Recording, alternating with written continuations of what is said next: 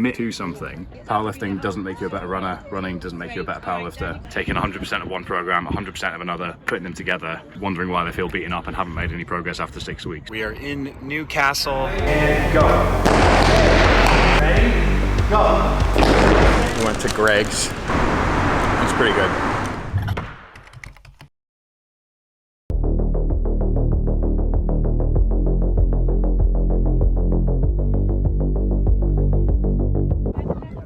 All right, so we're at the top of Arthur's Seat in Edinburgh. I'm with Fergus.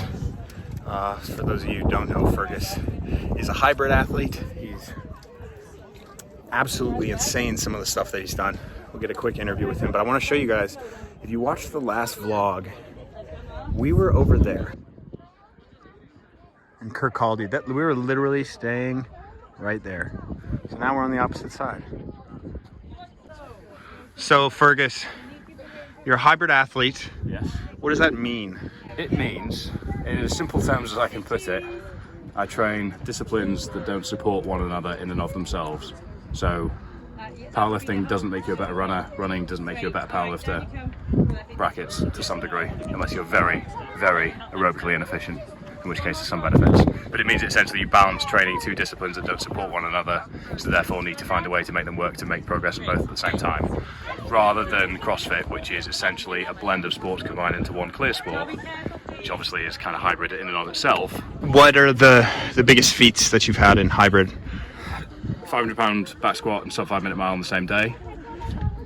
1,200-pound powerlifting total and sub 12-hour Ironman in the same day. That one's crazy. Yeah, that was tough. That was a tough day out. Long day out. Lifting at 2:30 in the morning is never much fun. 600 kilo powerlifting total and sub 6 hour 60k in the same day, which is about 33 miles, give or take.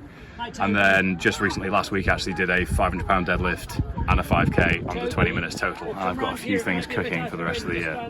Minimum effective dose for maximum effective return, essentially. So the mistake most people make when trying to balance disciplines is taking 100% of one program, 100% of another, putting them together, and then wondering why they feel beaten up and haven't made any progress after 6 weeks, because you're operating at 200% capacity, which doesn't really work. Hybrid isn't about doing more, it's about consolidating stressors, turning up certain dials, turning down certain dials in line with your goals, and that's why intent and goal setting is so specific and important, because it allows you to set a plan to turn up certain dials, turn down certain dials, and sharpen the arrowhead towards that goal, which means that yes, you'll have to undulate where you're best, where you're weakest throughout the year, but that's essentially the compromise that comes with it, because unfortunately, we can't all be the best in the world at everything all at once. I've a bunch of questions on the things you've done. Which one do you think was the hardest? And which one hardest for you, but also just like the fewest amount of people on earth could do right now? 500-pound back squat and sub 5 minute mile. I think since then, there's only been sort of only one verifiable other person that's done it. So as far as I'm aware, there's only 3 people that have sort of done it with very clear depiction of it happening. And so, I think that's just because they're total other ends of the spectrum. And I will say, with 125 meters to go on the mile, if you'd asked me previously what was like RPE 10, absolute max effort, nothing left in the tank, it was at the point I had 125 meters left. So the point from there to the end, where I trip over the line dramatically, 4:58 made it though, was like the biggest red line I've ever experienced. I was on the floor for half an hour, head was pounding, I threw up after half an hour, I couldn't get up off the floor, I just felt woozy and horrendous. Whereas if you take that versus the 1,200-pound powerlifting total and sub 12-hour Ironman, the way that was drawn out over a period was much more like psychological questioning over and over again. Can I hold on? Is this cramping from the lifting? Is this cramping from my salt balance? Do I have any energy left in me? When's the tiredness going to catch up? Oh no, I've only got 4 30-minute Ks that I need to hold from this point onwards. Do I have it in me? Push a little bit, heat goes up, heart rate goes up, and you start asking those questions. Saw it through with 9 minutes to spare, I think, but again, it was just such a long period of analysis and self-doubt, which is very different to the 500-pound back squat and sub 5 mile. I've kind of got a set of baselines. I'm confident that I could be 12 beers deep and I could squat 180 kilos. I could be fresh out of a car crash, dazed, and think, yeah, I'm going to squat 180 kilos.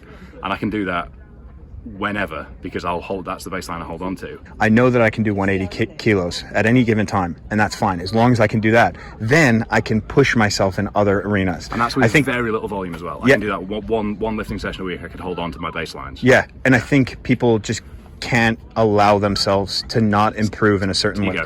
And that's why the biggest and most humbling thing for me training this way, taking myself to 40-hour, 2-day long, no sleep triathlons to a 500-pound back squat and sub 5-minute mile, they're totally different ends of the spectrum and give totally different insights, perspectives, training adaptations, psychological approaches, logistic considerations, all these things that go into it.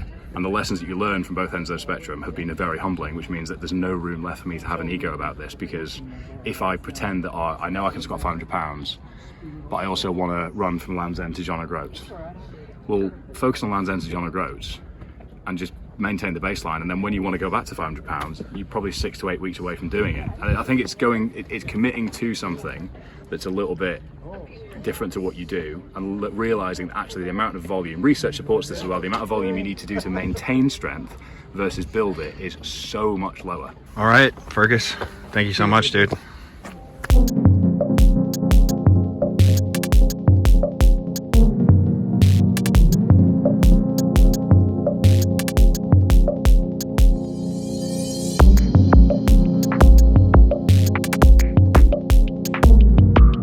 In Newcastle, I have a seminar in Sunderland, which is like 30 minutes away, and I didn't get to do like a workout with Fergus, but we did that nice little hike, which is close enough, and I'm excited to do yet another seminar. And Newcastle's a very underrated city, I think.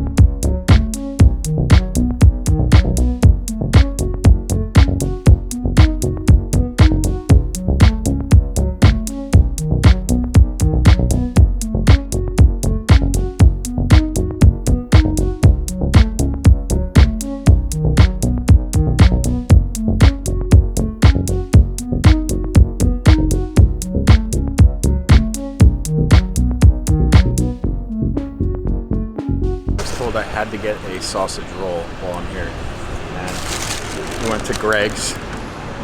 Fuck, it's hot.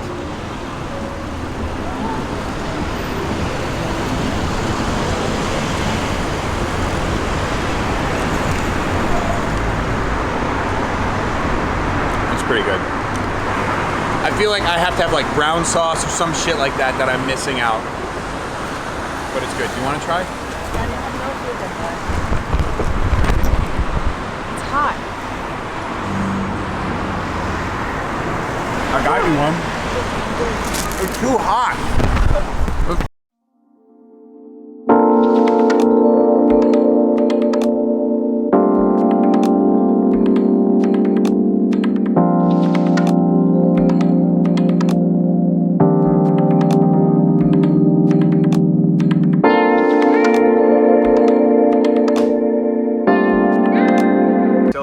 That is it for the UK seminar tour. 3 seminars, 5 days, fucking amazing.